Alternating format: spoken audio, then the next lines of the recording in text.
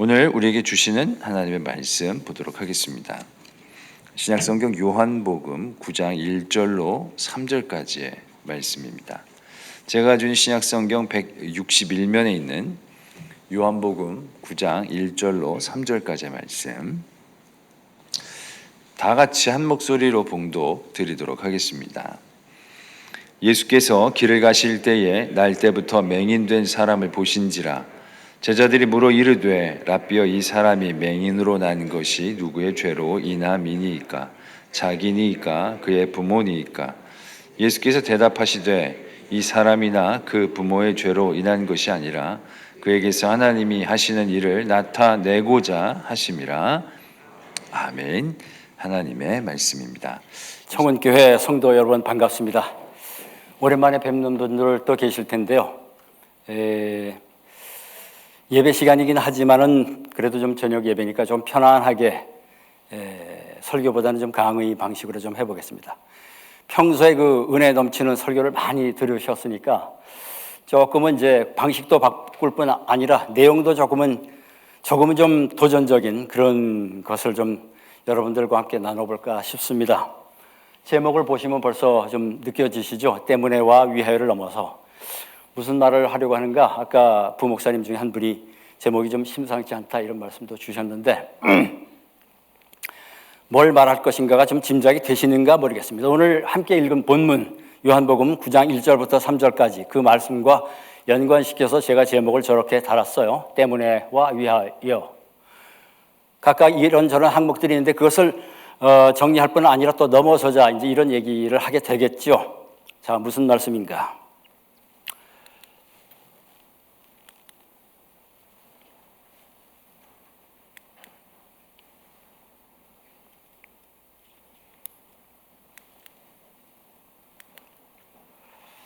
여기 모니터가 없어서 제가 이렇게 조금 물러서서 보면서 해야 될 것 같습니다. 자, 고통. 새삼스러운 설명은 필요 없다고 생각됩니다. 우리 지금 2년 가까이 지금 계속되고 있는 코로나 팬데믹 상황은 최근에 우리가 예외 없이 겪고 있는 것이기도 하지만 사실 고통이라고 하는 문제는 삶의 현실에서 우리가 피하고 싶지만 또 피할 길이 없는 그런 어려운 문제이기도 합니다. 평소에 생각하고 싶지 않고 안 당했으면 더 좋겠고 뭐 이런 과제이죠. 그런데 우리가 참 신앙생활 하면서도 또 우리가 그 길을 피해가기를 원하지만 그러나 뭐 뜻이 계시는지 또 뜻을 비껴나서 있는 것인지 우리가 때때로 고통을 또 당하게 됩니다. 내가 직접 당하기도 하고 이웃이 당하기도 하고 지금은 전 세계가 함께 또 이런 팬데믹이라는 고통을 또 당하고 있습니다만 그 고통은 뭐 감염으로 인한 고통도 있지만 심지어 조금 아까도 얘기를 나눴습니다만 백신으로 인한 고통도 있고요. 여러 가지가 하여튼 우리 삶의 현실에서 이 문제를 떠나기가 어렵습니다. 우리가 신앙생활 하면서도 씨름할 수밖에 없는 과제인데 이 문제를 가지고 오늘 우리가 좀 삶의 그 길, 믿음의 자세를 어떻게 좀 가다듬을 수 있을지 그런 이야기를 좀 같이 나눠볼까 싶은 겁니다. 편안하게 교실이라 생각하십시오. 훌륭한 예배당이지만 그냥 학교 교실이다 이렇게 생각하시고 교실에서 강의를 듣는다 이런 기분으로 편안하게 들어주시면 좋겠습니다. 사실 고통을 겪는 것도 힘들고 괴롭죠. 그런데 제가 오늘 여러분들과 특별히 좀 더 초점을 가지고 나누고 싶은 것은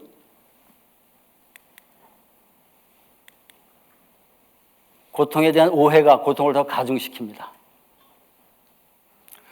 고통 겪는 것 자체도 힘든데 거기에 대해서 또 오해까지 해요. 그 오해. 오늘 요한복음에도 오해가 들어있습니다. 어떻게 오해가 들어있는지를 한번 보십시오. 그런데 그 오해가 고통에다가 추가가 되니까 더 힘들게 한다. 그런 말씀이죠. 그래서 우리는 이제 그것을 풀어냄으로써 삶의 지혜를 도모하고 그것이 바로 우리 믿음이 좀 추구해야 될 마땅한 그런 뜻이 아니겠나. 오늘 본문 말씀 가지고 좀 새겨보면서 좀 추려볼까 싶습니다. 자, 먼저 고통의 현실을 한번 보겠습니다. 우리 기독교에서는 바울 사도께서 뭐 성경 전체가 이 문제를 놓고 씨름하는 것이다라고 해도 과언이 아니지만 바울 사도가 로마서에서 이렇게 고백합니다.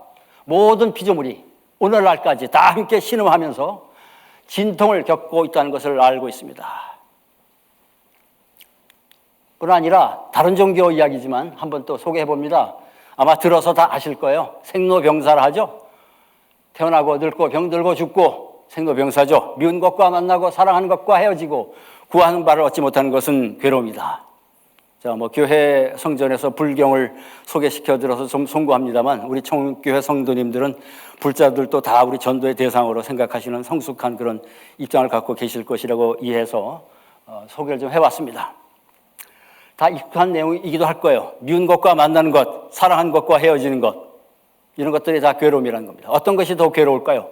미운 것과 함께 있는 것이 더 괴로울지, 사랑하는 것과 헤어져야 되는 것이 더 괴로운지, 이 저울질 하기가 쉽지 않을 터인데 이런 문제들을 다 모아놓고 지금 괴로움 얘기를 하고 있습니다.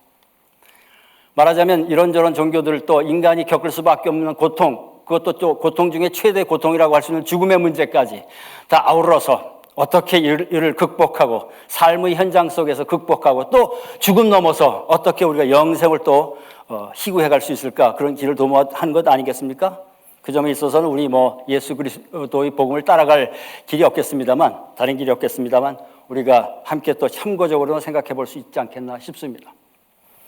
자, 그렇다면 고통이란 과연 무엇인가요? 상식적인 얘기를 조금 출발해 봅니다. 육체적으로, 정신적으로 쪼개서 생각해 볼 수 있어요. 네. 육체적으로 보게 되면 통증이라고 하는데 이게 유익한 것도 있고 잔인해서 대책이 없는 것도 있습니다. 손가락을 불에 태우는데 만일 태우는데 고통이 없다 그러면 불장난 좋아하는 애가 이쪽 저쪽 태우게 될지도 모릅니다. 그러나 아주 어린 아이도, 감이 없는 어린 아이도 한번 뛰어보고 나면은 그 다음엔 그 불로부터 도망가죠. 무서워서 그냥 이렇게 갖다 대기만 해도 그냥 질겁을 하게 됩니다. 그렇죠. 한번 되어봤어요. 유익한 통증입니다. 그때 통증이 없었다라면 장난을 칠 수도 있었을 터인데. 그런데 그 육체의 통증이 또 그렇게 유익한 것만 아니죠. 정말 불치의 병, 해결이 없는 그런 고통도 있습니다. 우리 주위에 굉장히 많이 있습니다. 사실 병원에 가게 되면 넘쳐 있죠. 병원뿐입니까? 일상의 현장에서도 그런 고통의 현실은 부지 깊습니다. 참 안타까운 것은 또 우리가 참 두렵기도 한 것은 우리도 언제 당할지 모르는 것이죠. 그래서 평소에 우리가 좀 이런 데 대해서 좀 준비를 해두고 자세를 좀 가다듬어두는 것, 그거 좀 중요하지 않나 싶은데요. 자, 그런 통증의 문제가 있는가 하면 정신적으로 또 고통당하는 것은 개인적, 사회적 이렇게 또 좀 나눠볼 수 있을 거예요. 불안, 절망이다 이런 것이 있는가 하면 또 사회적으로는 여러 방면으로 쪼갤 수 있을 텐데 억압, 착취, 차별, 소외, 박해 이렇게 쪼갰습니다만 사실 결론적으로 고통은 전인적인 겁니다. 몸 전체가 온 삶 전체가 고통이죠. 하다못해 이빨 하나만 아파도 이빨만 아픈 게 아니에요. 그죠? 온몸이 아프고 친구들이 좋은데 먹으러 가자 그래도 재미있는 프로그램 가지고 놀자고 해도 쉽지가 않습니다. 그렇죠? 모든 것들이 다 귀찮은 거 이상으로 너무 괴로워서 가도 즐거움이 되지 않을 것이고 조그만 이빨 한 개 아파도 그럴 정도니까 하다못해 육체적 통증서부터 정신적으로도 어떤 한 지엽적인 부분이라고 하더라도 그것은 전인일 수밖에 없어요. 그래서 절대로 고통은 부분일 수가 없는 것입니다. 전체입니다. 전체. 몸과 마음 분리할 수 없는 전체. 그래서 우리에게 중대한 과제일 수밖에 없는 거죠. 자, 그렇다면 이제 너무나 새삼스럽지만 또 당연하게 한번 물어보겠습니다. 왜 고통당하는가? 우리가 고통을 겪게 될 때 이런 물음을 피할 길이 없습니다. 묻습니다. 중요한 물음이죠. 아까 무엇은 정체를 묻는 것이었다면 왜는 그 뿌리를 파들어가서 근거를 묻는 겁니다. 그걸 이유로 풀어낼 수도 있겠죠. 자, 이런 일이 하나 있습니다. 자, 여기 그림에서 보시다시피 아프리카 오지에 의사이신 분이 선교 활동을 하기 위해서 가셨어요. 의사이면서 선교사이죠. 이분이 진료를 하고 계시는데 아주머니가 열이 펄펄 끓는 아이를 들쳐업고 막 뛰어 들어왔습니다. 들어와서 선생님께 여쭤봅니다. 선생님, 도대체 왜 내 아이가 열이 펄펄 끓어서 죽을 지경이 되었습니까? 그랬더니 그 의사 선교사인 분이 이렇게 대답합니다. 네, 말라리아 모기에게 물려서 그렇습니다. 사실 이 어머니가 그걸 모를까요? 그랬더니 다시 질문합니다. 아니, 하필이면 왜 내 아이가 모기에게 물려서 그것도 몹쓸 것에 물려가지고 이렇게 죽을 지경이 되었습니까? 왜는 이렇게 가는 거죠. 첫 번째 왜에 대해서는 대답하기 쉬웠습니다. 그런데 그 대답에 대해서 다시 왜를 물으니까 속수무책입니다. 우리도 사실은 이렇죠. 두 번째 왜 대답하기 어렵습니다. 왜 하필이면 내 아이가? 세상에 그런 거 알아. 그리고 그 목에 물리게 되면 그렇게 된다는 거 알아. 많은 일이 벌어지고 있다는 거 나 이미 알고 있는 경험이야. 그럼에도 불구하고 하필이면 왜 내 아이가? 왜 나에게? 이러면 얘기가 좀 상당히 달라지는 거죠. 사실 그렇습니다. 다른 사람이 고통당할 때 우리는 위로하고 동정해 주는 것이 마땅하다 이렇게 생각합니다. 그런데 내가 고통을 당하게 되면 이 그림 아시죠? 절규, 뭉크의 절규. 왜 나에게? 이건 무슨 인간이 이기적이다라고 하는 것이 아니라 이미 세포의 작동이 저렇게 생겨 먹었어요. 어쩔 수 없는 겁니다. 내가 윤리적으로 선택하고 말고 하는 것의 문제가 아닌 거예요. 위로하고 동정하는 거 얼마나 아름답습니까? 당연하죠. 그런데 이게 나에게 일이 닥치게 되면 또 나와 동일시할 수 있는 내 가족이다. 뭐 예를 들어서 그런 경우에 우리가 그냥 위로 동정으로 끝날 수 없죠. 절규합니다. 절규하게 돼 있어요. 우리 절규의 자리에서 오늘 이 문제를 다시 한번 살펴보자. 그런 제안입니다. 자, 그렇다면 본격적으로 왜 물음을 다시 한번 물어보겠습니다. 그 아주머니와 함께 왜 물음을 다시 한번 물어봐야 되겠습니다. 그렇게 되면 고통의 이유를 묻는 것입니다. 이유라고 할 것 같으면 참 여러 가지를 우리가 생각할 수 있어요. 사실 굉장히 복잡다단합니다. 인류의 역사, 문명사가 뭐 수천 년 됩니다만 내내 사실 그것과의 씨름이라고 할 수 있습니다. 종교도 그렇고 예술도 그런 씨름이고 신화도 그런 얘기고 학문도 그렇고 인간의 정신문화 활동이 인간이 겪을 수밖에 없는 삶의 현실의 문제들, 그중에서도 특별히 지금 오늘 우리가 함께 다루고자 하는 이 고통의 문제를 놓고 또 더 나가서 죽음의 문제까지 놓고 씨름하는 거잖아요. 그럴 때 무엇 묻고 당연히 또 왜를 묻죠. 또 결국은 뭐 그 물음만 묻겠습니까? 계속 더 가겠죠. 그런데 우리가 이제 이 단계에서 우리가 집중적으로 초점 맞춰야 될 부분이 왜라고 생각이 드는데요. 이유입니다. 이유. 왜 고통당해야 돼요? 여러 가지로 더듬었습니다. 무수한 이야기들이 펼쳐져 나왔죠. 문명사를 뒤져보면 사실 그런 얘기들을 꽉 차 있어요. 이 복잡한 이야기 수많은 가지를 여러분들에게 오늘 다 소개할 수는 없겠고요. 그걸 얘기를 줄이다 보니까 더 줄일 수 없는 두 가닥으로 정리가 됩니다. 더 줄일 수 없는 두 가닥. 이렇게 하면 여러분 짐작되실 거예요. 처음에 드렸던 제목하고 바로 연결이 되겠죠. 그렇습니다. 자, 원인 때문에 지금 고통을 당하고 있어. 그렇다면 이 고통은 그냥 밑도 끝도 없이 황당무계하게 당하는 것이 아니라 무엇인가 반드시 앞에서 원인이 있었어. 그래서 그 원인 때문에 비롯되는 결과로 우리가 고통을 당한다 이렇게 이해하는 겁니다. 그러니까 고통을 결과로 보는 것이죠. 그렇다면 그 결과로 지어진 고통에 앞서서 원인이 무엇일까? 이걸 찾아 나서게 되겠죠. 그렇게 해서 그 원인을 어떤 식으로든지 제거한다든지 뭘 해결하게 되면 고통의 문제를 극복할 수 있을 것이다 이런 생각을 하지 않겠습니까? 당연한 거죠. 그래서 원인 때문입니다.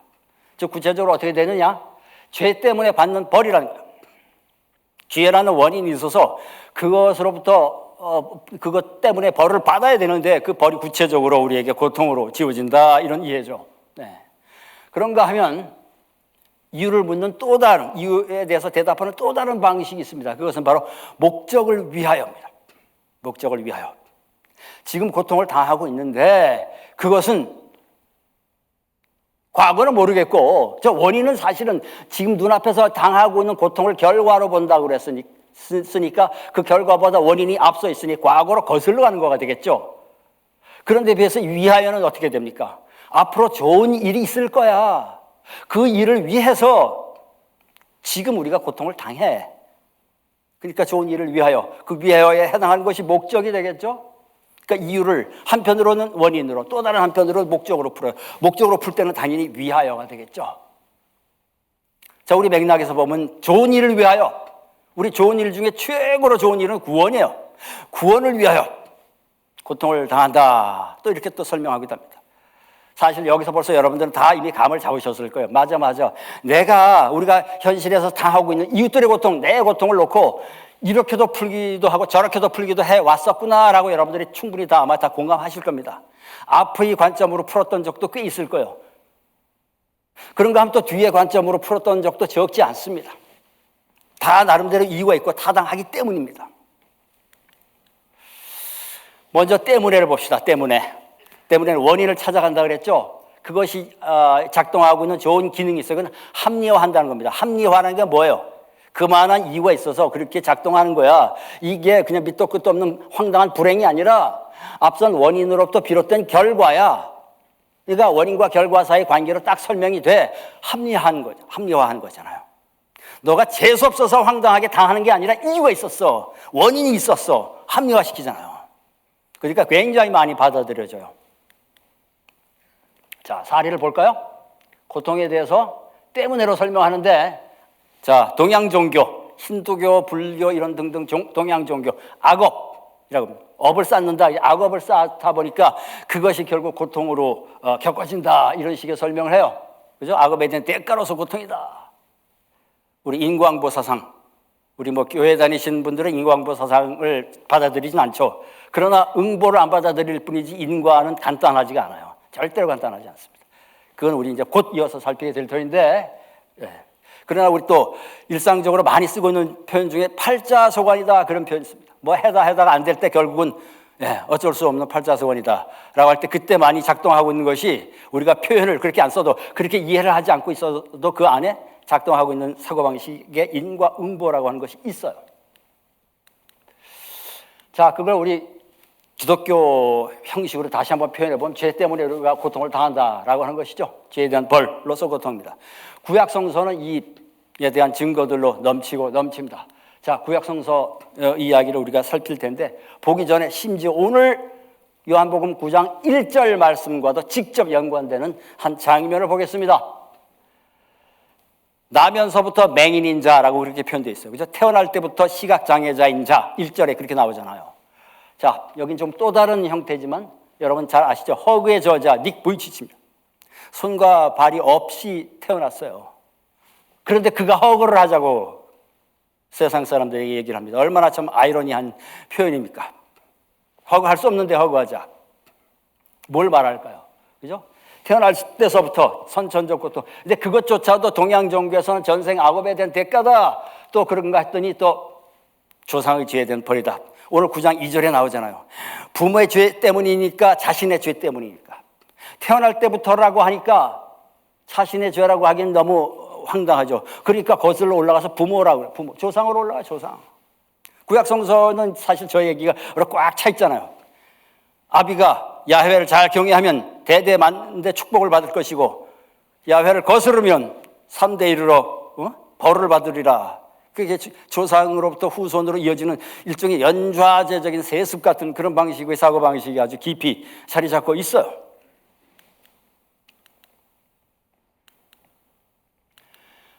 잘 아시는 욥기를 한번 보겠습니다. 죄 없이 망한 이가 어디 있으며 마음을 제대로 바로 쓰고 비명에 죽은 이가 어디 있는가?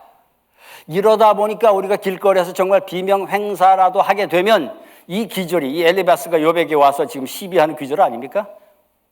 그 기절을 우리가 안 떠올릴 수가 없어요.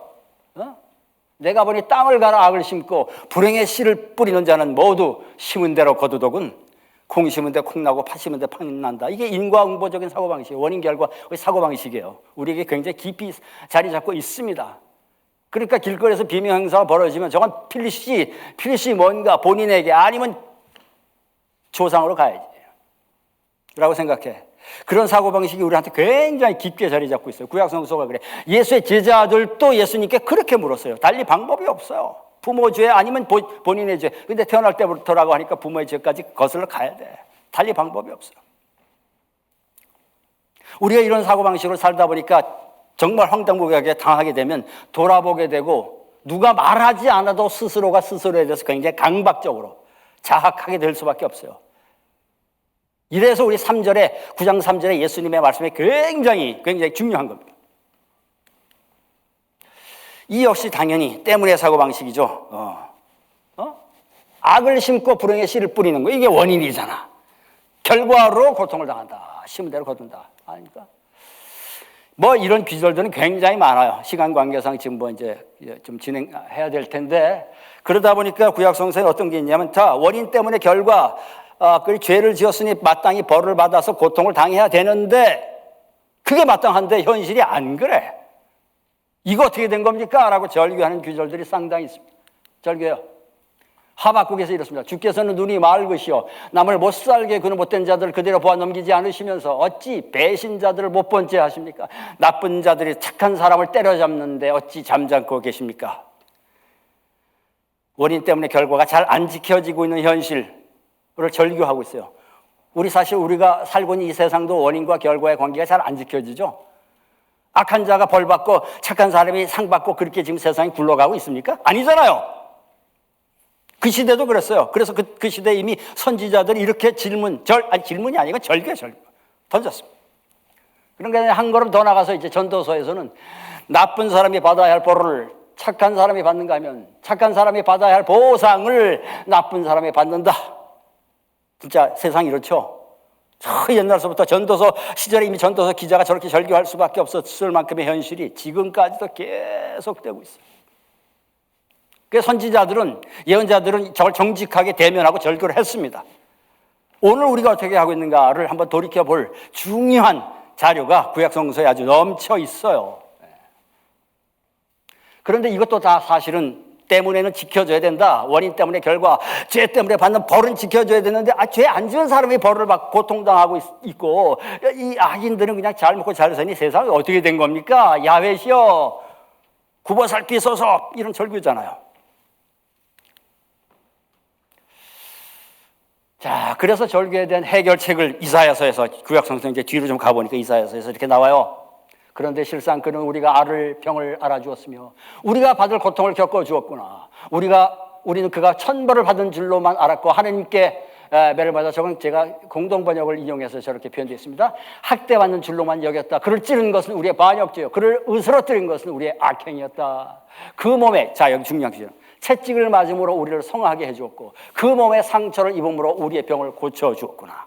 잘 아시는 규절이죠. 우리 이 대강절, 크리스마스를 성탄절을 기다리는 대강절에 아주 중요하게 인용되는 규절입니다. 예수님이 세상에 오시는데 고난을 받고 고난의 종으로 오신다라고 하는 것에 대한 이사야서의 예언, 대강절에, 대림절에 아주 많이 이렇게 인용되는 그런 규절입니다만 뭡니까? 우리가 받아야 될 고통을 그가 대신 받는 거야. 뭡니까? 착한 사람이 상 받고 악한 사람이 벌 받아야 되는데 우리가 악한 죄를 지었는데 죄 없는 그가 대신 벌을 받는다. 그러니까 어쨌든 죄를 지었으니까 벌은 받아야 돼. 다만 죄인 따로 벌 받는 사람 따로가 되어버리는 그림이죠. 뭡니까? 대리적 고통관이라고 그래요. 대신.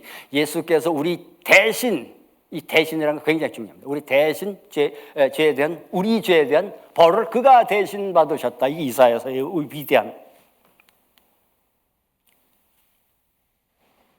그런데 이 대리적 고통과는 한 걸음 더 나가서 신약으로 오니까 많은 구절들이 있습니다만 로마서에 보니까 이렇게 나옵니다. 우리 죄 많은 사람들이 절망에 빠져 있을 때 그리스도께서는 당신의 때가 이르러 우리를 구원하려고 죽으셨다. 그래서 이제 심지어 그의 고통과 죽음은 대신 고통받는 정도가 아니라 대속적인 차원까지 가는 겁니다. 대속. 우리 기독교 구원 복음의 핵심이라고 할 대속이 바로 여기에 등장해요. 이제부터 여러분 잘 들으셔야 됩니다. 자칫하면 오해하실 수 있는데 잘 들으셔야 돼요. 뭐냐? 자, 대리나 대속이나 다 때문에요. 다 때문입니다. 정말 오늘 이제부터 약간 좀 도전적일 수도 있는데 한번 잘 새겨보시기 바라겠습니다. 대속적 고통관. 틀렸다는 것이 아닙니다. 그 안에 어떤 뜻이 새겨져 있고 우리가 우리 보고 싶은 대로 굉장히 이기적으로만 보고 있지 않은지를 살피자는 뜻으로 제가 이 말씀을 이제 지금 시작을 하는 건데요. 자, 이것조차도 사실은 때문입니다. 죄 때문에 벌을 받아야 돼. 다만 내 죄인데 그가 대신 벌을 받아. 근데 그 대신 받는 걸 넘어서서 심지어 그것이 나를 구원해 주기까지 해. 대리와 대속이잖아요. 그런데 그 안에 계속 작동하고 있는 것은 때문에라고 하는 왜란 물음에 대해서 원인으로 파고 들어가서 대답하는 방식으로서 때문에라고 하는 것이 이게 깔려져 있다. 그 말씀이에요. 잘 기억하십시다. 끝으로 가면 저것이 연결되면서 또 다른 살펴볼 대목을 말씀드리게 될 테니까요. 자, 오늘 읽었던 규절입니다. 그것을 표현을 좀 달리 해봅니다. 다른 번역에 가게 되면 이렇게 정확하게 우리 제목과 맞추어진 그런 표현들이 나옵니다. 자, 다 읽었으니까 그냥 질문에만 들어가겠습니다. 선생님, 저 사람이 소경으로 태어난 것은 누구의 죄 때문입니까? 자기의 죄 때문입니까? 그 부모의 죄 때문입니까? 때문 나오죠. 때문. 그죠? 네. 심지어 부모라고 하니까 아까 말씀드렸던 연좌제로 계속 조상으로부터 후손으로 이어지는 연좌제적으로 세습이 되는 것까지 저렇게 해가면서까지 지켜져야 돼. 원인에 대해서 결과가 반드시 가서 붙어주고 정리가 돼야 되는데 그 대정리가 안 되면 다음 때로 하여튼 꼬리를 물고라도 해결이 돼야 된다라고 하는 사고방식을 깊게 갖고 있다 보니까 저런 때문에의 세습이 이어지는 거죠. 그렇다면 때문에가 왜 이렇게 오랫동안 그죠? 세상이 그렇지 않게 굴러가고 있어. 착한 사람이 보상받고 악한 사람이 벌받는 게 아니라 뒤집어져 있어. 아까 하박국이 전도서가 그렇게 막 절규했잖아요. 그 옛날에도 이미. 그런데 왜 지금까지도 계속 이거 붙들고 늘어지는가?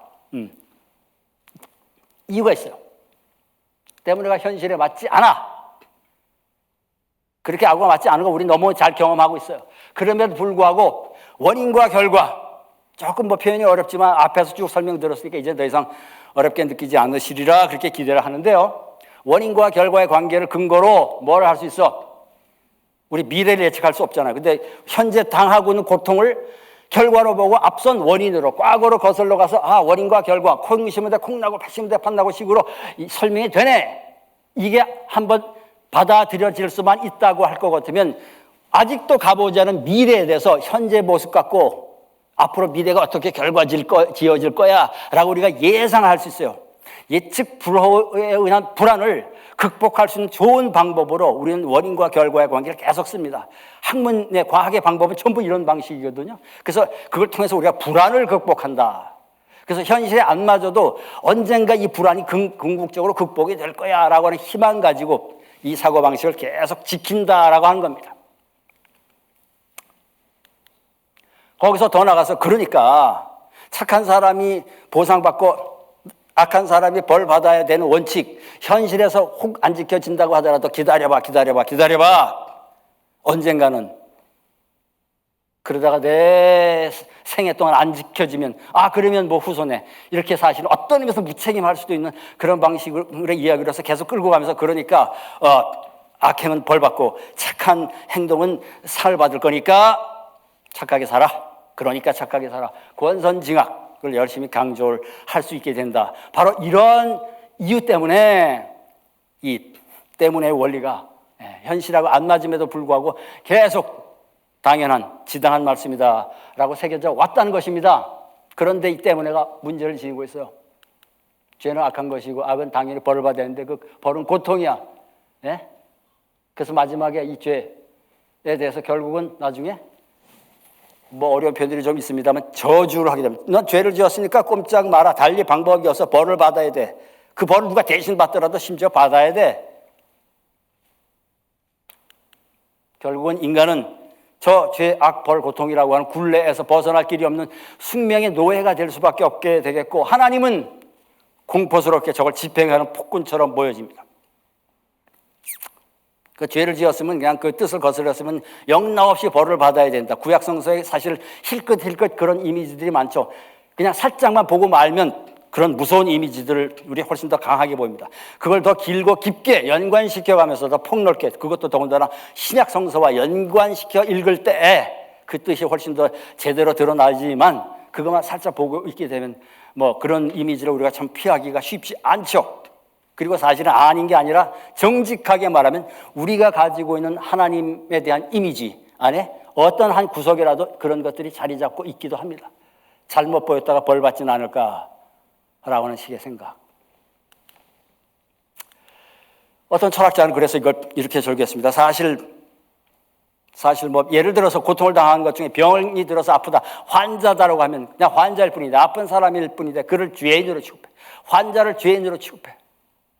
지금 우리가 뭐 이렇게 제가 설명을 드리니까 우리는 안 그래라고 혹시 생각하실지 모르겠지만 우리 주위에 솔직히 말해서 우리 자신 안에서도 이런 경향이 도사리고 있지 않다라고 말하기 쉽지 않을 겁니다.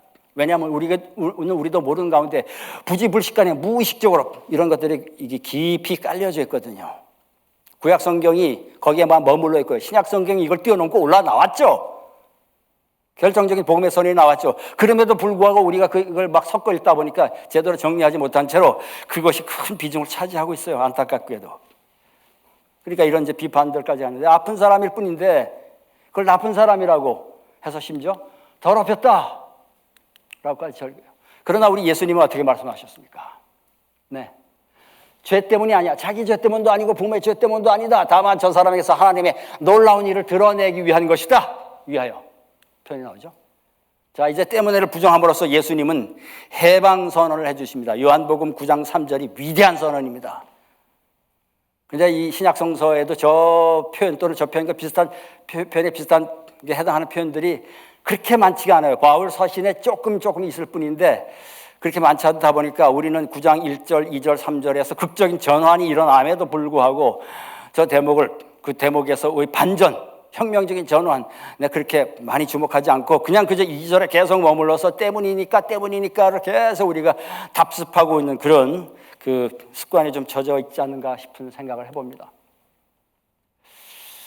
자, 3장의 핵심적인 기술을 가지고 옵니다. 3절. 저 사람에게서 하나님의 놀라운 일을 드러내기 위한 것이다. 번역에 따라서 하나님이 하시고자 하는 일을 하시고자 함이라, 드러내고자 함이라, 뭐 이렇게 표현된 데도 있고 놀라운 일로 표현된 데도 있고 그렇습니다. 드러내기 위한 것이다. 그러니까 이제 때문에가 아니라 이제 위하여로 바뀌는 거죠. 예. 선한 목적을 위해서. 하나님의 놀라운 일, 하나님이 하시고자 하는 일, 이게 선한 목적이잖아요. 선한 일이잖아요. 그렇죠? 그걸 위해서 이제 고통이 수단으로 취해진다. 그런 말씀이에요. 저러다 보니까 위하여는 좋은 기능을 갖고 있어요. 사실이 아닌 게 아니라 눈앞에서 고통을 당하고 있는 이웃에게 우리는 가가지고, 자, 거기다가 때문에를 얘기하지 않죠. 죄 때문에 벌이라고 얘기하지 않죠. 하나님의 뜻이 계실 겁니다. 우리는 알지 못하지만 깊은 경륜으로 지금 이 시련을 주시는 줄 우리가 믿습니다. 그렇게 받아들이시면 하나님께서 분명히 더 좋은 삶으로 인도해 주실 겁니다. 옳은 말씀이에요. 좋은 말씀이에요. 좋은 말씀. 그러니까 위로의 기능이 있어요. 그런데 여러분 혹시 이 중에서 경험하신 분이 계실지도 모릅니다. 인간이 당하는 고통 중에 가장 견디기 어려운 고통, 우리 참척의 고통이라고 말합니다. 참척의 고통 아시나요? 자식을 잃은 고통입니다. 자식을 잃은 고통. 부모는 먼저 가면 산에 묻는다 하지만 자식은 먼저 가면 가슴에 묻는다, 그런 말 있잖아요. 참척의 고통. 이거는 그 경험을 같이 한 사람들이 아니고서는 도저히 그거를 교류하기가 어렵습니다. 거의 불가능해요. 그런 분들에게 제가 임상적으로 이 분야에 대해서 조금 연구를 하면서 실제로 현장에서 실습하고 같이 상담 훈련도 받고 그렇게 했었는데, 그런 과정에서 그래서 많은 반복된 경험이 있었습니다. 여러분들 중에서 그런 경험들을 직간접적으로 하셨으리라고 생각이 드는데요. 그런 참척의 고통을 당하신 분에게 이 위하여의 위로를 들이대면 어떻게 되겠습니까? 네, 맞습니다. 여러분 세월호 일어났을 때 그 많은 교회에서, 그리고 그 지역에 많은 그죠? 그 나중에 위패에 가서 보니까 십자가가 굉장히 많더라고요. 교회 다니는 그 학생들도 굉장히 많았다는 얘기죠. 근데 그 당시 교회가 어떻게 설명했는가? 이런 대목에서 우리가 한번 좀 되돌아 새겨보아야 될 일입니다. 그렇게 신실하게 신앙생활을 하던 분들이 그런 위하여의 설명, 해주는 분은 위로한다고 했죠. 선한 뜻으로 했죠. 그러나 듣는 사람에게는 그것이 위로가 아니고 뭘로? 이거는 직접 경험자들의 임상적인 이 증언을 들어야 될 터인데요. 극심한 분노를 일으킬 수밖에 없습니다. 이 위로가 참 조심해야 될 일이에요. 진짜 조심해야 돼요. 우리가 기능이 있긴 있는데, 맞는데 어떻게 해야 될 것인가? 여기에도 우리가 참 지혜가 필요하죠. 선한 목적을 위해서 우리가 수단으로 고통을 당한다는데 이게 어떻게 돼요? 미래 보상, 미래 보상을 위해서 현재 고통 당한다라고 하는 것이죠. 네, 우리 속담에 고진감래 이런 표현도 있습니다. 이렇게 하면서 열심히 권면하는데, 해주는 사람은 선한 위로라는 동기로 하지만 듣는 사람이 어떻게 듣는가?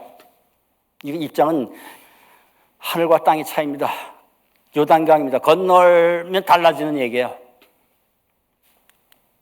그래서 여기에 대해서 우리가 한번 생각해 봐야 됩니다. 고통이라는 것이 수단인데 어떤 수단이냐? 더 좋은 목적을 위해서, 더 좋은 목적을 위해서 수단이 돼. 그러니까 홀 좋은 수단이 되고요. 결국 인간이 그렇게 되고 이제 그 고통은 훨씬 더 고상한 목적을 위해서 그래서 지금 견뎌라라고 하게 되죠. 우리 이런 얘기 참 많이 하긴 합니다. 네, 오늘 이 대목에서 우리가 생각해 볼 일인데요.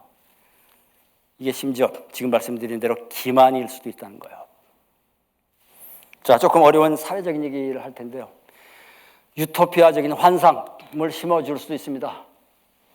개인적인 차원뿐 아니라 사회적으로 이건 큰 단위로 가도 얼마든지 확장시켜서 말씀드릴 수 있는데요.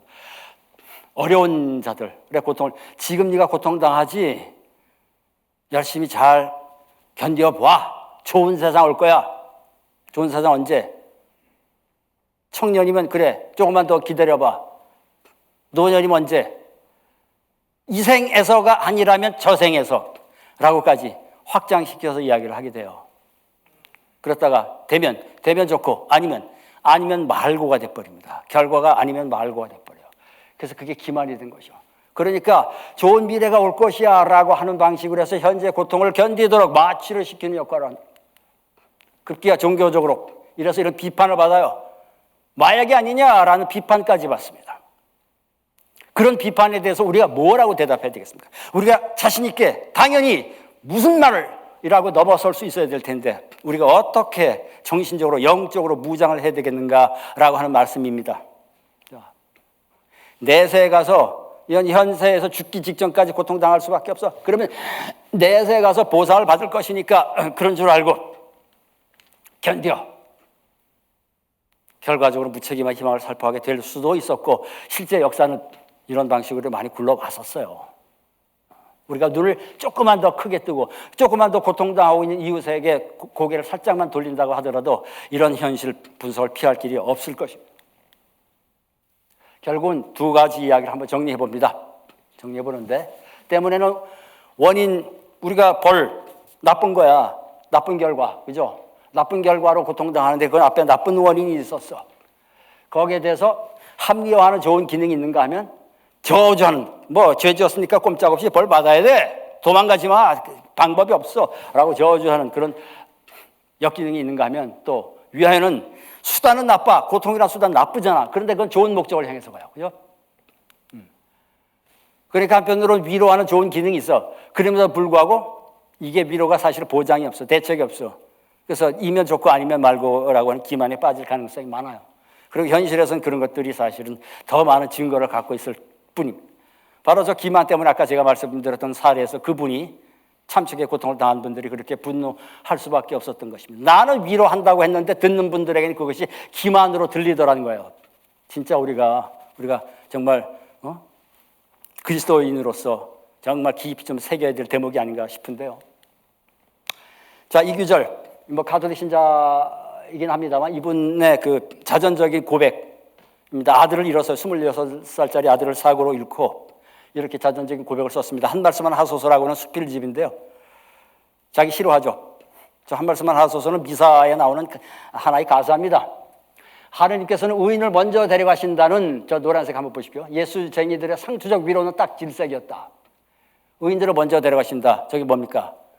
세상은 어렵고 지저분해. 하나님이 하나님 나라에 멋지게 쓰시기 위하여, 저게 위하여 해당한 거예요.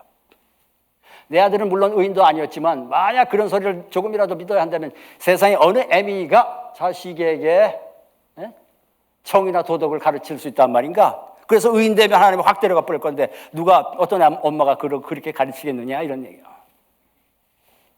하기야 그런 말 잘하는 사람일수록 돌아서서 자, 이 보십시오. 저 옆에 내는 무슨 죄를 얼마나 많이 지었길래 외아들을 앞세웠을까 하고 내 죄를 애미의 죄를 묻기에 급급하리라.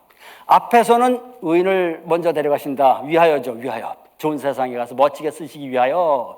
돌아서서는 손가락질하면서 떼어내려고 한다는 거예요. 이분이 직접 경험한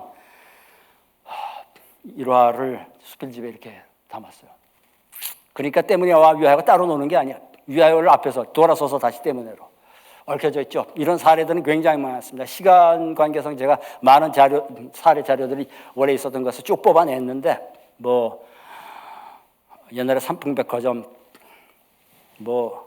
최근에 세월호에 이르기까지 등등 대형 사고들 났을 때마다의 카멘트들에 이 두 가지가 뒤섞여서 한꺼번에 나오는 그런 사례들 우리가 너무너무 많이 볼 수 있었습니다.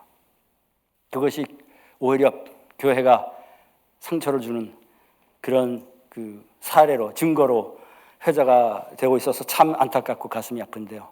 우리가 그리스도인으로서 어떤 길을 가야 될 것인가, 이런 문제를 놓고 더군다나 2년 동안 지금 팬데믹으로 고통당하는데 정도의 차이가 개인마다 다를 뿐이지 당하는 사람은 얼마나 엄청난 고통입니까? 얼마나 끔찍합니까? 그 현장을 쫓아다니면. 자, 그렇다면 도대체 어떻게 해야 될까요? 제3의 대안을 찾아야 되겠죠. 그래서 물음을 바꿔버려야 됩니다. 그래서 이제 왜에 대해서 넘어서 어떻게라고 하는 거야. 처음에 우리가 무엇을 물었고, 왜를 묻고, 왜를 쭉 풀고, 두 갈래로 놓고, 그러다가 제3의 대안을 찾으면서 물음까지 아예 바꿔버리는 겁니다. 어떻게로. 자, 어떻게 해야 할까요? 어떻게 해야 할까요? 자, 어떻게를 도모하는 첫 번째 이야기입니다. 왜는 이유라고 그랬습니다. 아빠의 얘기 한번 복습하는 겁니다.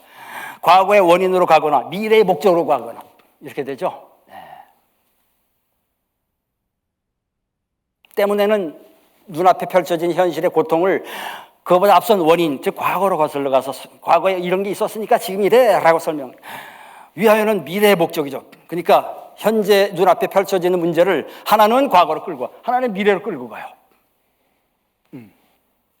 그럴 때 이제 어떻게는 무엇을 원하겠습니까? 이유보다는 방법을 찾고자 하겠죠. 사실 이유를 찾아가지고는 안 돼요. 그래서 많은 이 고통 문제를 심도 있게 연구하는 종교학자, 철학자, 신학자들이 고통에 대해서 결국 뭐라고 하느냐. 고통은 신비다.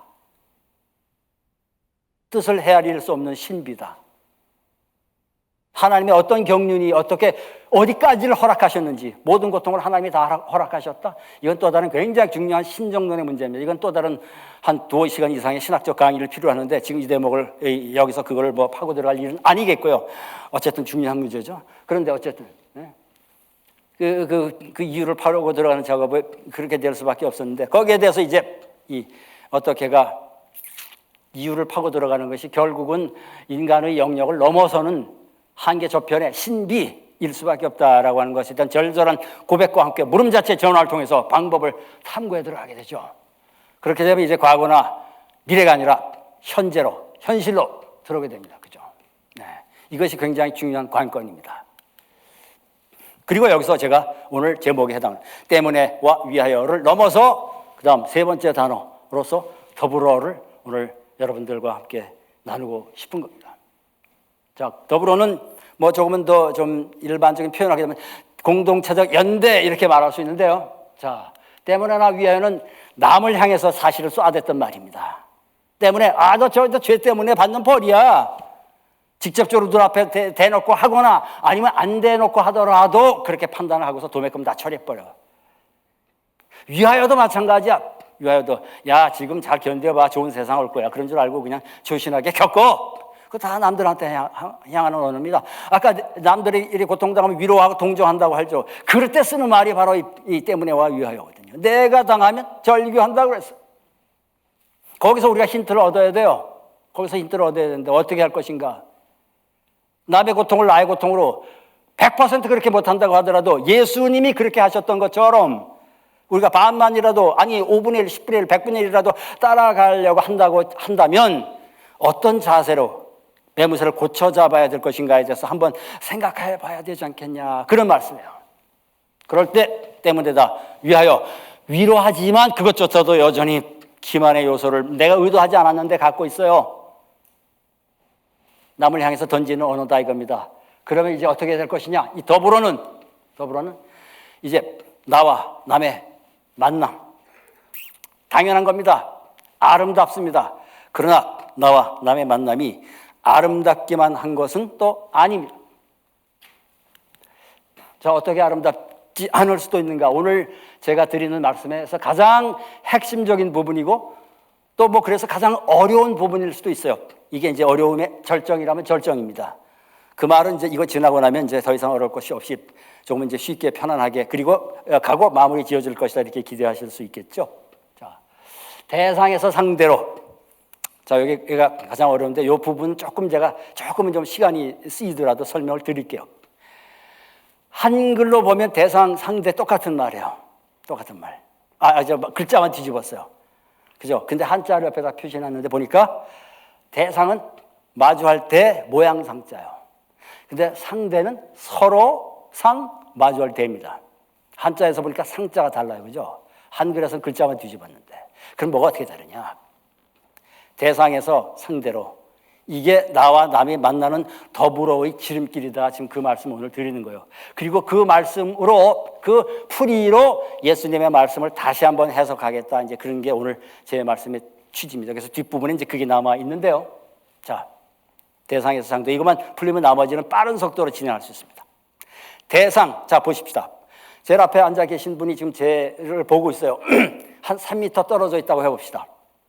좀 장황한 설명이 될 수도 있는데 이 설명은 그래도 좀 필요합니다. 그렇게 해서 여러분들이 그 차이를 느끼시게 된다 그러면 아하, 상대라고 하는 것이 그런 뜻이구나. 그러나 간단하지 않구나. 그게 더불어이구나 라고 하는 거 여러분들이 감 잡으실 텐데 예수님의 말씀이 바로 그거구나. 예수님의 그 성육신 사건, 십자가 사건이 바로 그런 뜻이었구나 라고 하는 것을 여러분들이 좀 더 감지하실 수 있으리라고 보는데요. 자, 저를 보고 계십니다. 여러분들이 좀 다 제 말씀을 또 스피커를 통해서 듣고 계십니다. 자, 보고 계신 분하고 제가 한번 대표적으로 한번 보겠습니다. 한 3m 떨어져 있다고 해보십시다. 그럼 제일 앞에 앉아 계신 분이 저를 보고 계세요. 저도 물론 앞분을 보고 있습니다만 3m 떨어져 있어요. 지금 보는 걸 하고 있죠. 시각행위를 하고 있습니다. 그러면 시각행위의 대상이라고 할까요? 이렇게 말하니까 굉장히 문자로 쓴 것 같은데 그냥 쉽게 풀어봐요. 보고 있을 때 뭘 보고 있나요? 저를 보고 있죠. 그 저의 모습이 어디 있습니까? 대상, 마주해서 잡아낸 모양이에요. 어디 있어요? 마주한 모양인데 그냥 마주하는 게 아니라 마주하면 그 모양을 잡아내죠. 그게 대상이에요. 대상이 어디 있습니까? 대상이라면 어렵지 않죠. 그냥 써도 좋겠습니다. 대상 어디 있어요? 보는 대상이 어디 있습니까? 여기 있습니까? 앞에 앉아 계신 분. 여기 있다고 생각하시나요? 여기에 대상이 머물러 있으면요, 앉아 계신 분은 저를 절대로 보실 수 없습니다. 그럼 어디 있느냐? 저를 지금 보고 계시는데 정지현이가 여기 서서 뭔가를 하고 있다. 아니 저기 무엇인가 없지 않고 있을 뿐 아니라 포유류 동물인 것 같은 그 무엇이 서갖고 뭔가 소리를 내고 있어 라고 하는 그 감을 어떻게 지금 잡으시냐고요. 보시는 분의 눈에 망막에 상이 맺혀 있기 때문입니다. 마주해서 잡아낸 모양은 어디 있느냐? 보는 사람의 눈에 껍질에 망막에 와서 붙어 있어요. 그러니까 대상이 여기 있는 게 아니라 보시는 분의 눈에 들어가 있다고요. 눈의 껍질, 망막에 와서 붙어 있어요. 막에만 붙고 끝나지 않아. 거기에 또 시신경들이 들어가서 쭉 그 정보를 잡아당겨. 그래서 안에서 한 바퀴 휘돌려서 뭔가 없지 않고 있다. 뭐 직립 인간 같은 그 무엇이 하나 서 있다. 뭔가 소리를 내고 있다. 지금 청각행위를 통해서 보죠. 그럴 때 이 보시는 행위의 대상 마주해서 잡아낸 모양은 망막에 있고 막에서 끝나지 않고 안으로 신경이 잡아당겨서 뭔가 풀이까지 하고 있고요. 들으신 것도 마찬가지요. 제 목소리 이 목청에 지금 여러분들의 그 대상이 있는 게 아니라 여러분들의 고막에 와서 계속 진동을 하기 때문에 들립니다. 그러니까 여러분들의 마주하에서 잡아내는 소리 모양은 여러분들의 고막에 와서 붙어 있어요. 거기에 또 청신경이 가서 쭉 잡아당겨서 뭔가를 풀어내고서 사람이 뭔가 말을 하고 있네 이렇게 되는 겁니다. 즉 대상은 철저히 그 행위를 하는 주체에 들어와 있어요. 내가 주인입니다. 여러분들이 저를 보실 때 여러분들이 보는 행위의 주체로서 그 대상을 여러분들의 망막에 듣는 행위의 주체로서 듣는 소리를 여러분들의 고막에 갖다 붙여놓고 안에서 잡아당기신단 말이에요. 그럴 때 어떻게 하느냐? 여러분들이 죄송스럽지만 죄송할 것도 없어요. 우리 인간이 이미 그렇게 생겼어요. 내가 보고 싶은 대로 봅니다. 내가 듣고 싶은 대로 들어요. 제가 오늘 한 40, 50분 얘기를 하지만 여러분들이 들으실 때 듣고 싶은 대로 듣고 싶은 부분만 추려듣고 나중에 정지현이 뭐라 그랬어요? 그러면 여러분들 사람 수만큼의 버전, 각양각색의 버전들이 나올 수밖에 없어요. 그건 막 그럴 수밖에 없는 겁니다. 대상이란 건 그런 거예요. 그거는 더불어일 수가 없어요. 그건 때문에나 위하여 방식과 같은 논리 구조로 움직일 수밖에 없는 겁니다. 그러면 상대란 뭐냐? 상대. 이건 서로 마주함입니다. 슬쩍 보고 슬쩍 듣지만 지금은 그런 행위밖에 될 수가 없어요. 제가 여러분들과 얘기를 주고받지 않으니까. 근데 테이블에 앉아서 같이 차도 한잔 마시면서 이러쿵저러쿵 얘기를 하고 우리가 뭐 고민도 같이 터놓고 세상에 대해서, 인간에 대해서, 하나님에 대해서 같이 서로 고백도 하고 같이 기도도 하고 이렇게 저렇게 나누게 될 때 서로 간에 주고받음이 생기죠. 정신적 또 영적인 교류까지 그렇게 되게 될 때는 처음에 대상으로 시작하지만 대상에 머무르지 아니하고 점점 더 상대로 발전하게 됩니다. 근데 상대로 발전하는 과정에는 분명히 내가 그전에 대상에서 했던 거 뭐야? 내가 보고 싶은 대로 보고 듣고 싶은 대로 들으면서 내 마음대로 주물럭거릴 수 있었던 것과는 다른 방식으로 만날 수밖에 없어요. 아, 제가 저런 줄 알았는데 오늘 다른 모습이네 라고 하는 거 우리 인간관계에서 많이 경험하지 않아요? 그게 우리가 대상으로 해왔던 것에 상대가 저쪽이 상대로 들이닥쳤을 때 벌어지는 일이에요. 그것 때문에 우리가 괴리를 때때로 느낍니다. 그래서 왜 저러지? 근데 왜 저러지가 저쪽만이 아니야. 나도 그에게 대하여 나도 왜 저러지일 수 있어요. 그러니까 그걸 거꾸로 그걸 통해서 나도 왜 저러지일 수 있겠구나라고 하는 것을 거꾸로 비춰볼 수 있는 거울이 되는 겁니다. 그래서 상대는 말은 참 이쁜데 실제 현실에서는 언제나 나에게 우호적으로만 나오지 않아요. 대상은 내가 하고 싶은 대로 주무르는 것이지만 상대는 우호적일 수도 있지만 아닐 수도 있는 가능성에 다 열려져 있는 것입니다. 사실 연애 상대 그래 보십시오. 연애 상대 그러면 이쁘게 잘 굴러가던가요? 영롱하게 좋을 때 좋지만 전혀 반대의 모습으로 굴러가는 경우가 얼마나 많습니까? 결혼 관계도 마찬가지잖아요. 세상 인간 관계가 다 그렇습니다. 그 상대라고 하는 것은 그 어감 못지않게 상당히 사실 복잡다단해요. 실제로 우리 모습은 그렇습니다. 그래서 이게 사실은 힘들어요. 불안하고 불편해요. 그래서 우리는 끝없이 계속 남들을 만나면서 나를 중심으로 내세우고 기준으로 내세우고 끝없이 마주해서 잡아낸 모양 갖고 주물러 댑니다. 그리고 기준에 너가 맞으면 나하고 같이 놀고 안 맞으면 아니야 라고 하게 돼요. 끝없이 자꾸 대상으로 만들어버린 거죠.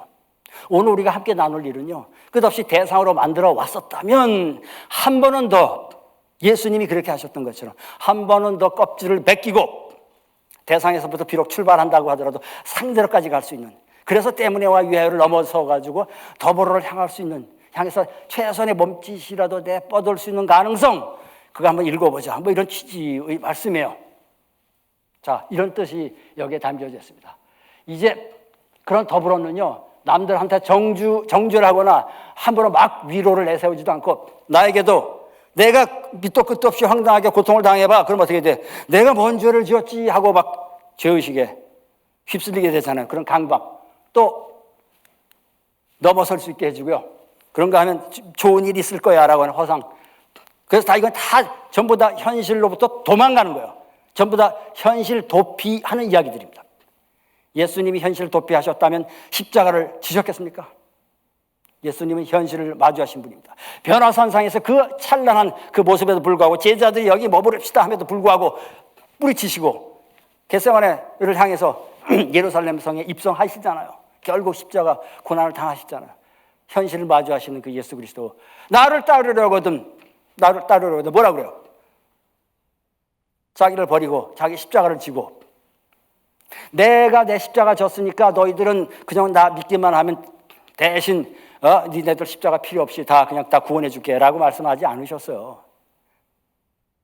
순환 예고 3번 하신 중에 첫 번째 순환 예고에 누구든지 나를 따르려거든 자기를 버리고 비우고 그리고 자기 십자가를 날마다, 누가복음 가면 날마다까지 나와요. 날마다 자기 십자가를 지고 라고까지 나옵니다. 근데 우리 이 주문이, 이 명령이 너무 어렵죠. 그래서 이 명령이 있다는 걸 잘 알지만 사실은 우리의 솔직한 모습을 이걸 좀 건너뛴단 말이에요. 그러면서 대상에 때문에와 위하여로 풀어내는 방식에 안주하면서 그걸 좀 쉽게 풀어나가고 있는 그런 방식으로 우리가 고통의 문제를 다루지 않나. 그러다 보니까 그게 남들에 대해서도 그렇고 심지어 자기에 대해서도 거꾸로 자학하고, 예? 강박에 사로잡히고 그렇게 되는 참 예수님의 그 복음에도 불구하고 그런 안타까운 일이 벌어지지 않냐라고 하는 겁니다. 그래서 그 더불어가 그렇게 나름대로 방향을 가짐에도 불구하고 여기서 한 번 더 묻지 않을 수 없어요. 자, 과연 우리가 사랑한다 할 때 무엇을 사랑하는가? 우리는 상대를 사랑하기보다는 대상을 알고 싶어 합니다. 자, 이제 설명 안 드려도 알겠죠? 더 분명하게 말하면 상대가 자신을 어떻게 생각하고 있는지 알고 싶은 겁니다. 좀 더 분명히 말하면 자신만을 사랑하고 있는 것입니다. 우리 그리스도인들은 안 그러겠지만 안 그러고 있는지 그러고 있는지를 되돌아보아야 됩니다. 자기만을 사랑하는 것은 당연히 자가 당착이겠죠. 그걸 우리가 사랑이라고 과연 할 수 있을지도 싶은 거 아니겠습니까? 왜냐하면 사람의 인생은 자기 자신만으로 완성되도록 만들어지지 않기 때문에. 사실 고통과 죽음에서 어느 누구도 예외가 아니죠. 그래서 결국 우리는 더불어로 갈 수밖에 없습니다. Suffering from, suffering for 그러지만 사실은 이제 suffering with가 우리가 해야 마땅한 일일 것입니다. 박완서 씨의 글을 한 번 더 인용합니다. 고통을 피하지 않는 것이 옳다라고 하더니 제 아무리 독한 저주에도 애타는 질문에도 대답이 없었고 고통은 극복되지 않았습니다. 대신에 고통과 더불어 살 수 있게 되었습니다. 여기서 한 걸음 더 나가는 헨리 나우엔 영성운동가죠. 하버드대 교수직을 포기하고 빈민가로 장애인촌으로 뛰어들어가서 봉사활동을 하면서 아주 한 결단을 하신 그런 분이 쓰신 책입니다. 상처 입은 치유자. 반대말이죠. 상처 입었는데 어떻게 남을 치료해. 근데 오히려 상처 입은 자가 상처 입은 사람을 치료할 수 있다. 치료를 넘어서 치유한다는 겁니다. 치료는 낫게 하는 행위고요. 낫기에 도와주는 행위고요. 치유는 나음이잖아, 나음. 그래서 치료는 의사가 하고 치유는 하나님이 하신다. 우리가 뭐 잘 하는 고백 중에 하나겠습니다만 치유자, wounded healer에서 그런 대목도 철저히 더불어의 구체적인 실천 방법에 대해서 고민하는 이야기들을 우리가 나눠볼 수 있습니다. 자, 이제 결론입니다. 예수님의 말씀 여러분 제 얘기를 잘 들으셨다면 예수님의 말씀 어떻게 해석해야 되지? 9장 3절에 하나님의 하고자 하시는 일, 하나님의 놀라운 일을 드러내기 위함이다. 위하여로 돼 있잖아.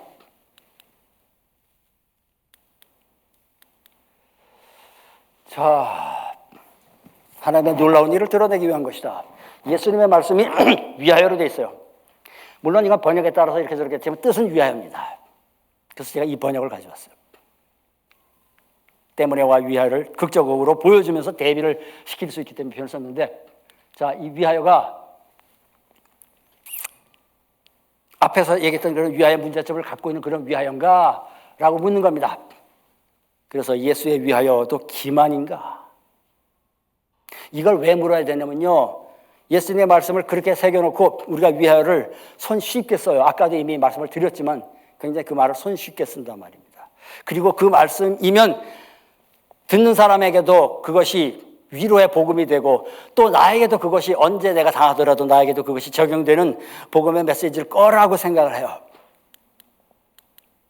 그런데 많은 사람들이 실제로 겪으면서 저 문제를 깊은 신앙의 차원에서 씨름하면서 저 규절을 어떻게 읽어야 될 것인가 참적의 고통을 당한 그런 분들이 그 규절을 놓고 씨름을 합니다. 씨름을 하면서 같이 모여가지고 토론을 하는 가운데 이런 얘기를 하죠. 설명을 보면 이런 질문을 안 할 수가 없게 생겼잖아요. 하나님이 놀라운 일을 드러내기 위해서 인간에게 고통을 주시는 거야? 그렇죠? 우리가 표현을 어떻게 하든지 이런 질문 사실은 이렇게 저렇게 하고 있잖아요. 정직하게 말해서.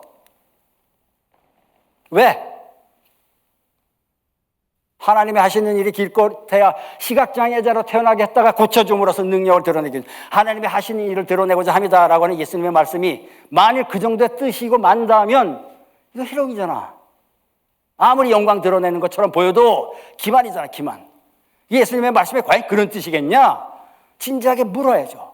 물어야 그 다음에 우리가 위하여라는 말을 가지고 그걸 복음이라고 하더라도 어떻게 그걸 어떤 맥락에서 어떤 뜻풀이와 함께 써야 될 것인가 고민을 해야 진짜 그걸 나눌 수 있지. 아니면 위로가 분노를 일으킨다니까요. 그 분노 현장을 저는 너무너무 많이 봤습니다. 제 고백을 하나 할게요. 제 동생이 2살 밑에 동생이 40년 전에 교통사고로 세상을 떠났습니다. 갑작스럽게 자기가 운전하고 실수로 나무를 들이받았어요. 벨트를 하지 않고 차가 뒤집어졌습니다. 저희들은 병원 응급실에 실린 다음에 연락을 받고 황급히 뛰어갔죠. 누워있는데 겉은 멀쩡합니다. 벨트를 하지 않아서 뒤가 완전히 숨골이 파괴가 돼가지고 그런 채로 누워있었어요. 그러니까 인공호흡을 임시로 튜브로 하면서 나중에 이제 결국 인공호흡으로 일주일까지 버텼는데 이게 다 멎었고 뇌가 약간의 진동이 남아있어가지고 그것 때문에 아직은 생명현상이 남아있으니 손을 댈 수가 없다. 기적의 가능성은 뭐 그냥 의사들의 말은 그냥 0이다 0. 그런 상태에서 버티다가 결국 뇌파가 완전히 멈추어서 사망 선고가 되게 됐죠. 저희 아버지는 한인교회에서 목회를 하고 계셨습니다. 그러니까 저희 어머니는 이제 사모님이죠. 권사님들이 집으로 찾아오셨습니다. 그래서 저희 어머니에게 목사님 목회하시는데 참 어려운 과정인데 하나님이 뜻이 계셔서 아드님을 데려가신 것 같습니다. 근데 저희 어머니가 그렇게 교육을 많이 받으신 분도 아니에요. 굉장히 순진하십니다. 근데 그 정말 선의를 가지고 말씀하신 그 노 권사님을 향해서 저희 어머니가 벌떡 일어나가지고 그렇게 순한 분이 나는 그런 하나님 믿지 않습니다. 제가 옆에서 사실 놀랐어요. 뭐 이거 어떻게 목회를 어떻게 감당하려고.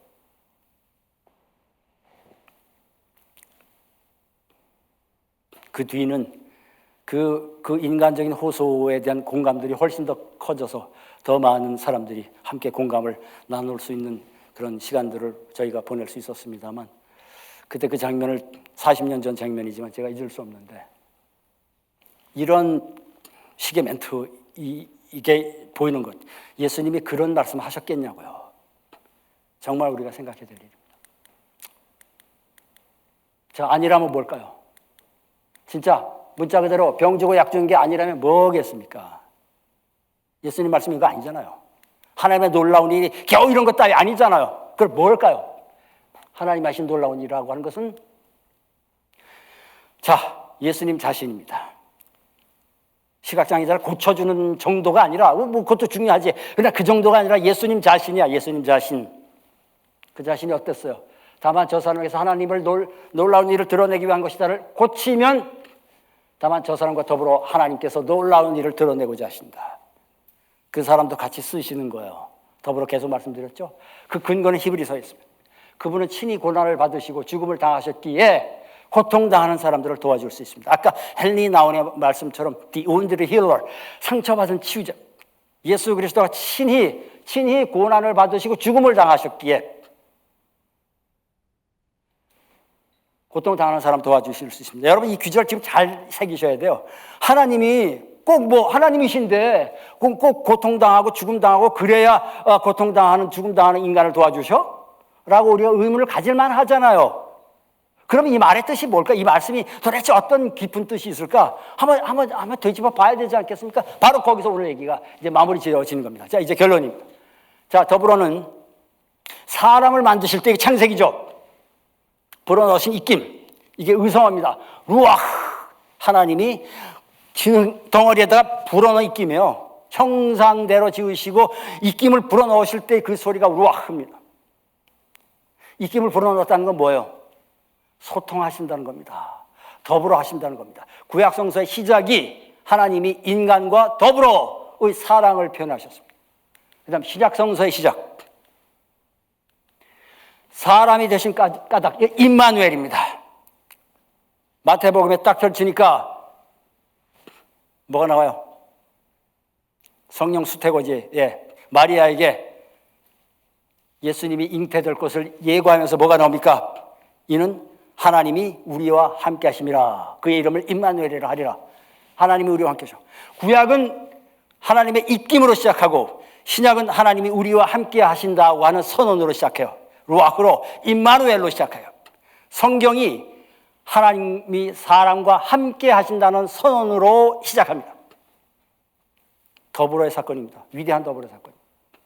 자, 이제 한번 여러분 거꾸로 가정해 보십시다. 만일 구원이라는 게 슈퍼맨의 구출, 세상은 막 휩쓸려가고 그냥 하나님이 와가지고 독수리가 탁 병아리 딱 집어가듯이 그런 방식으로 슈퍼맨의 구출이라고 한다면 하나님이 사실 말씀 한마디로 하실 수 있죠. 아까 히브리서 규절 잘 보십시오. 사실 사람이 되시지 않아도 돼요.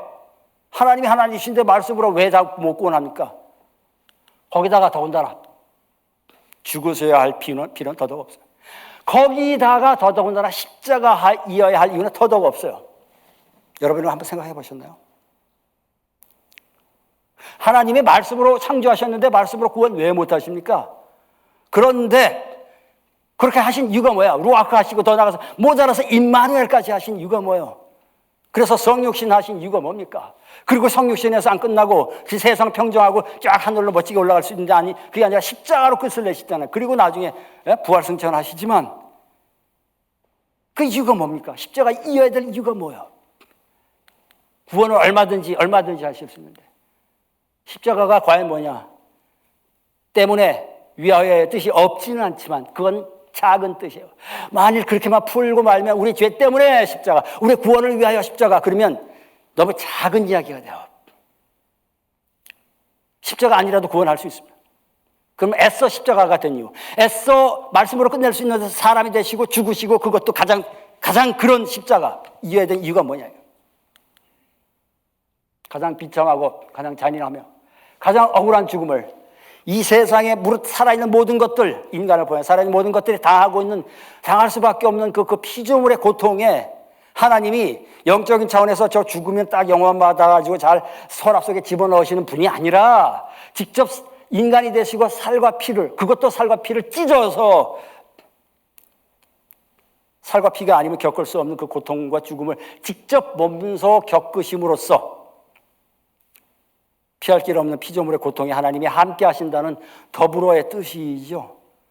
루아흐에서 임마누엘에서 그렇게 예고되었던 더불어를 이제 십자가에서 최종적으로 실천하신 것이죠. 왜냐? 영화만 받는 힘이 아니고요. 이렇게 몸소 고통과 죽음을 겪는 하나님의 더불어, 그리고 여기서 이미 사실 구원은 시작되죠. 고통의 현장에 하나님이 그렇게 인간 예수로, 그것도 살과 피를 찢는 인간 예수로 함께 하신다는 것, 거기서 벌써 때문에 위하여를 넘어서 그걸 다 쌓고도 넘어서는 더불어입니다. 때문에가 틀렸다, 위하여가 틀렸다가 아니에요. 그건 작은 이야기입니다. 쏠린 이야기입니다. 그 전체를 아우르는 더 큰 십자가의 뜻을 가장 넓고 깊게 새길 수 있는 이 방식, 그것이 바로 임마누엘이 이미 예고하고 성육신이 예고하고 십자가에서 이루어내신 그 뜻, 그렇게 우리가 새겨야 되지 않겠나. 그러면 9장 3절은, 요한복음 9장 3절은 하나님의 하시는 일, 이 사건입니다. 성육신에서 시작해서 십자가에 와서 그 뜻을 완성하시고 이제 부활과 승천으로 징표를 보여주신 그 뜻으로 우리가 새겨야 마땅하지 않겠냐라고 하는 것이죠. 자, 성서 규절에서 제가 지금 드렸던 말씀을 확인함으로 오늘 이야기를 마치겠습니다. 성육신에서 우리와 함께 먼저 말씀하십니다. 조금 아까 말씀드렸던 임마누엘입니다. 마태복음이죠. 처녀가 이렇게 아들 낳을 것이니 임마누엘이라 하리라. 하나님이 우리와 함께 계시다. 우리와 함께. 한번 나오죠? 그런가 하면 십자가상에서 한 번 또 나옵니다. 베드로에게 말씀하시되 너희가 나와 함께 한 시간도 어떻게 이렇게 깨어있을 수 없더냐. 그런가 하더니 또 있어요. 십자가상에서 또 합니다. 함께 십자가에 달린 강도에게, 회개하는 자에게 내가 오늘 너와 함께 낙원에 있으리라. 그래서 결국 저 앞에서 드렸던 세 구절입니다. 우리와 함께, 나와 함께, 너와 함께. 우리와 함께 성육신에서 시작해. 예수님이 성육신으로 우리와 함께로 시작하셨어요. 그리고 나와 함께, 너와 함께로 십자가의 사건을 완성하셨습니다. 그게 구원 사건입니다. 그 틀 안에서 그게 하나님의 하시고자 하는 일이고 하나님의 놀라운 일이죠. 요한복음 9장 3절은 이제 그렇게 해야 돼요. 그러면 그것은 그렇게 기만일 수도 있는, 위로한답시고 하는데 기만으로 밖에 받아들일 수 없고 분노를 일으킬 수밖에 없는 그런 위하여가 아니라 정말 그거와는 비교도 안 되는 넓고 깊고 큰 뜻인, 더불어 이 뜻으로, 제가 하는 말이 아니에요. 성경이 이미 루아흐로 임마누엘을 말씀하시잖아요. 그리고 임마누엘을, 성육신의 임마누엘을 십자가에서 완성하셨잖아요. 나와 함께 너와 함께로. 그 뜻으로 9장 3절을 새게 하지 않겠는가. 이제 그런 뜻을 우리가 염두에 둔다면 위하여, 위로한다는 뜻을 갖고 있는 위하여를 어떻게 써야 할 것인가 할 때 조금은 더 다듬는 지혜를 가질 수 있지 않겠냐 싶은 겁니다. 그런 취지로 오늘 말씀을 드렸고요. 자, 그렇게 해서 갈라디아에서 나오는 이 말씀이 오늘 이야기의 최종적인 결론이 되겠습니다. 그것이 우리 이 상황, 이제 위드 코로나를 시작하는데 이러한 더불어의 사랑을, 우리 믿음의 복을 이웃들과 함께 나눈 그런 새로운 삶을 시작해야 될 줄로 믿습니다. 오늘 제 이야기는 이것을 마치도록 하겠습니다. 감사합니다.